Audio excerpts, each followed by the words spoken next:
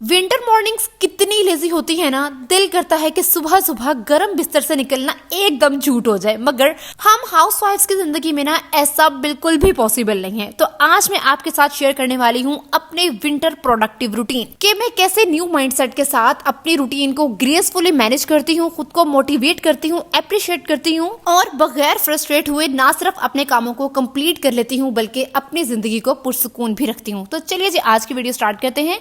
अस्सलाम वालेकुम जी, I hope you guys are doing really well and welcome back to my channel. आज के दिन का आगाज हो रहा है एक बहुत ही खूबसूरत सुबह के साथ, क्योंकि आज अर्ली मॉर्निंग मेरा न्यू ड्रेस स्टिच होके आ गया था।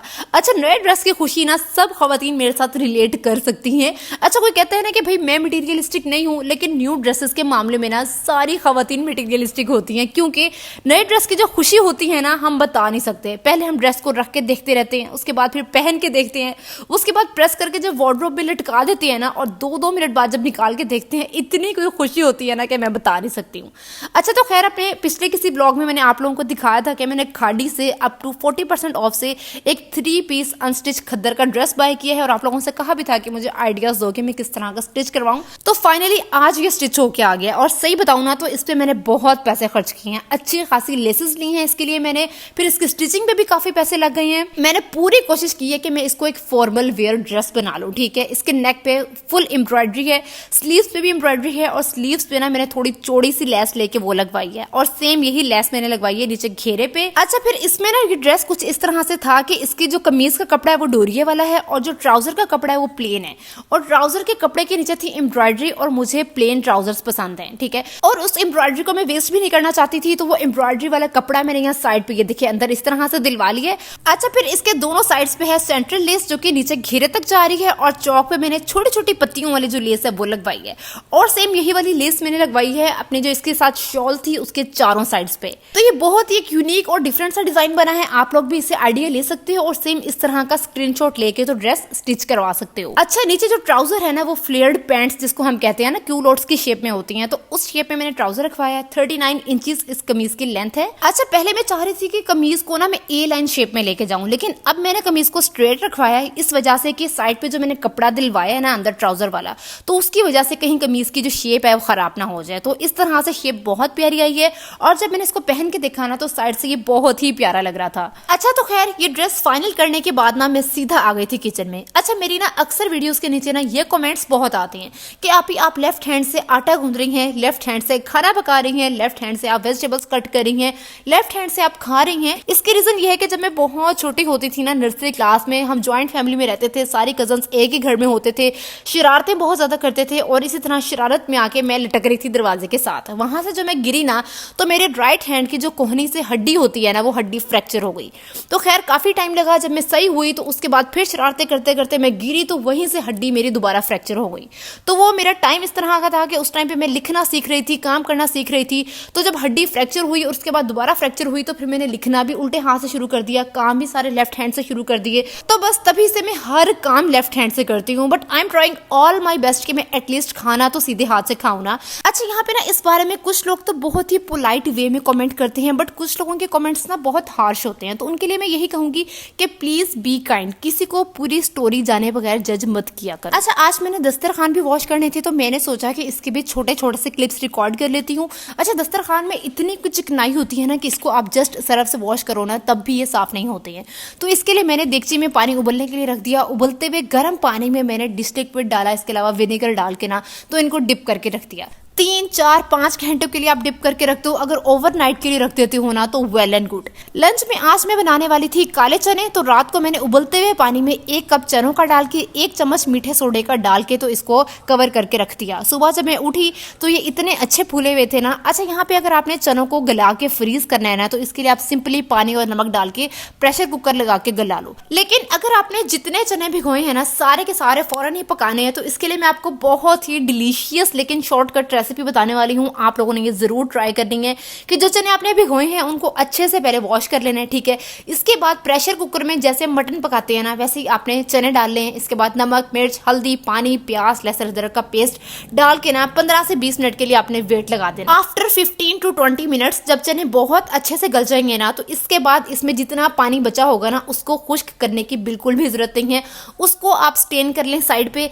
इसके बाद चनों में ऑयल डालें, टमाटर का पेस्ट डालें और अच्छे से भून लें। और भूनते भूनते अंदर ही आपने 1 चम्मच जो है वो खुश्क धनिया का भी डाल देना, ठीक है। इसके बाद यहाँ पे जब ये बहुत अच्छे से भून हो जाएंगे ना, यहाँ पे मैं आपको एक अच्छी प्रेजेंटेशन के लिए एक छोटी सी टिप दूंगी कि इसमें जो ऑयल जिसे हम कहते हैं ना ऊपर तरी आ गई है, इसमें आपने थोड़ा सा ऑयल जो बहुत ही प्यारे गोल्डन कलर का है साइड पे प्याली पे निकाल के रख लेना है, ठीक है। इसके बाद चने बहुत अच्छे से भून हो गए हैं, तो जो साइड पे आपने स्टॉक निकाला था ना, अलहदा से स्टेन किया था, उसको चनों के अंदर डाल देना है। इसके बाद अब आपने डालनी है हरी मिर्चें। देखिए हरी मिर्चें जब आप स्टार्ट में डाल देते हो या हरी मिर्चों का पेस्ट बना लेते हो ना, उससे वो खुशबू नहीं आती है। जब आप हरी मिर्चें सबसे एंड में शोरबे के अंदर डालते हो ना, उससे इतनी प्यारी खुशबू आती है ना सालन के अंदर। खैर अच्छे से हमने जो है शोरबे को पकने देना है। अच्छा मुझे ना छोटे होते से काले चनों से सिर्फ एक मसला है कि इसका जो शोरबा है ना पतला बहुत होता है, तो इसके लिए मैं आपको एक टिप दूंगी, बहुत कार आमद टिप है ये, कि आपने 1 चम्मच कॉर्नफ्लोर का लेके पानी में मिक्स करके ना ये अंदर डाल देना है। इतना जबरदस्त हल्का हल्का सा गाढ़ा हो जाता है ना शोरबा, बहुत ही मजे का सालन तैयार होता है। खैर इसके बाद शोरबा बहुत अच्छे से कुक हो गया था, तो फिर इसके ऊपर मैंने वो जो तरी निकाली थी ना ऑयल की, वो इसके ऊपर डाली। उसके ऊपर गरम मसाला डाला, उसके ऊपर मैंने डाला सब्ज धनिया, और बहुत ही मजे का सालन इतनी जबरदस्त प्रेजेंटेशन के साथ रेडी है। झटपट बनने वाली बहुत ही मजे की रेसिपी है, आप लोग लाजमी ट्राई कीजिएगा। सर्दियों में जिस दिन धूप निकल आए ना, वो दिन हम होम मेकर्स के लिए काफी हेक्टिक होता है, क्योंकि उस दिन हम लोगों ने वॉशिंग मशीन लाजमी लगानी होती है। तो खैर आज आफ्टर 3 to 4 डेज बहुत अच्छी धूप निकली थी। सबसे पहले मैंने कपड़े धो लिए, उसके बाद मैंने सारे घर की बेडशीट्स वॉश कर ली, और साथ ही मैंने कहा कि लगे हाथों सोफा कवर्स भी वॉश कर लेती हूँ। खैर धूप का फायदा उठाते उठाते ना मेरी खुद की बस हो गई थी। अच्छा यहाँ पे ना मैं हर रोज रात को अपना नेक्स्ट डे प्लान करके सोती हूँ, साथ के साथ ये भी प्लान करती हूँ कि मैंने नेक्स्ट डे कामों को मैनेज कैसे करना है, ताकि मैं कम टाइम में ज्यादा टास्क जो है वो कंप्लीट कर सकूं। After becoming a mom and house wife मुझे ये रियलाइज हुआ है कि जब आप माँ बन जाते हो, हाउस वाइफ बन जाते हो ना, आपकी जिंदगी में कोई ब्रेक नहीं होती है, आपकी जिंदगी चल सो चल होती है। और जब आपने अपने रूटीन को साथ के साथ रिकॉर्ड भी करना है, व्लॉग भी बनाना है, एडिटिंग भी करनी है, वॉइस ओवर भी करना है ना, फिर आपकी लाइफ और भी ज्यादा हेक्टिक हो जाती है, फिर आपके काम मजीद बढ़ जाते हैं। आपने खाना बनाना है 1 घंटे में बना लेना है, लेकिन आपने उसको साथ के साथ रिकॉर्ड भी करना है, उसके बाद वॉइस ओवर भी करना है, तो आपका काम डबल हो जाता है। और फिर अक्सर लोग आके इतने आराम से बात कर जाते हैं ना कि भाई यूट्यूब पे कौन सा मेहनत होती है, यूट्यूब से कमाना कौन सा मुश्किल है। तो उनके लिए ना मैं सिर्फ यही कहूंगी कि अगर इतना ही आसान है तो आप लोग कमा के दिखाओ। अरे भाई कुछ करके तो दिखाओ, ताकि हम आपसे ही मोटिवेशन ले लें।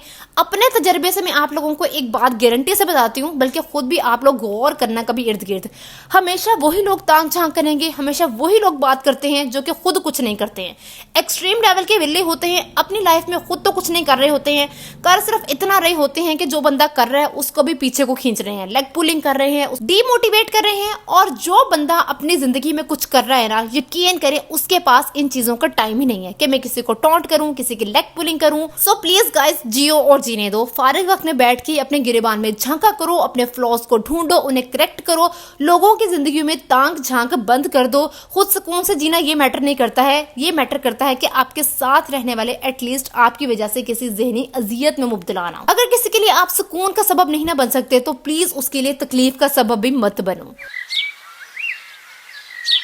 सूरत रहमान की ना ये आयत मेरी फेवरेट है कि तुम अपने रब की कौन कौन सी नेमतों को झुटलाओगे। और यकीन करें कि जब हम इर्द गिर्द देखते हैं ना, तो हमारी जिंदगी नेमतों से भरी पड़ी है, और इन्हीं में ना एक बहुत बड़ी नेमत है हमारे खूनी रिश्तेदार, माँ बाप, बहन भाई। अभी कुछ दिनों पहले मैंने आपको दिखाया था कि मेरी अम्मी ने मुझे सरप्राइज निशास्ता भेजा था, और सेम आज मुझे मेरी सिस्टर ने सरप्राइज ड्रेस भेजा है, खादी का स्टिच्ड 2 पीस। ओए अल्लाह, मैं कैसे इस खुशी का इजहार करूं। सुबह मेरा अभी एक नया ड्रेस आया था, और शाम को मेरा फिर से एक नया ड्रेस आ गया है। आज तो मेरी लिटरली ईद हो गई है, वो भी पर्पल कलर का था, ये भी पर्पल कलर का है, बहुत ही प्यारा है। खादी का 2 पीस स्टिच्ड ड्रेस, खद्दर इसका फैब्रिक है।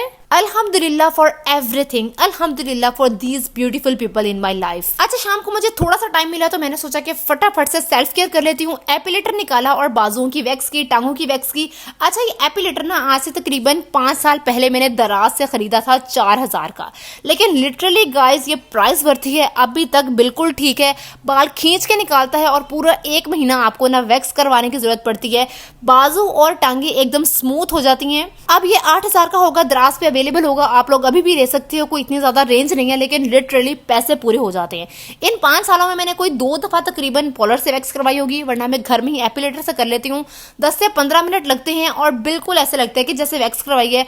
और एपिलेटर जब आप इस तरह से आफ्टर अ मंथ करते रहते हो ना अपने बाजुओं को, तो उसके बाद आपके बाल बहुत ही बारीक आना शुरू हो जाते हैं। अच्छा, मैं ना पॉलर बहुत कम चाहती हूँ, लिटरली मैं अपनी सेल्फ केयर घर में ही कर लेती हूँ। अपर लिप्स है, वैक्स है, अपना थोड़ा बहुत जो फेशियल करना है, हाथों पाँव का मैनिक्योर पेडिक्योर करना है ना, ज्यादातर मैं घर में ही कर लेती हूँ, क्योंकि अब्दुल मुइज़ के साथ पॉलर जाना, घर से बाहर निकलना बहुत ज्यादा मुश्किल है।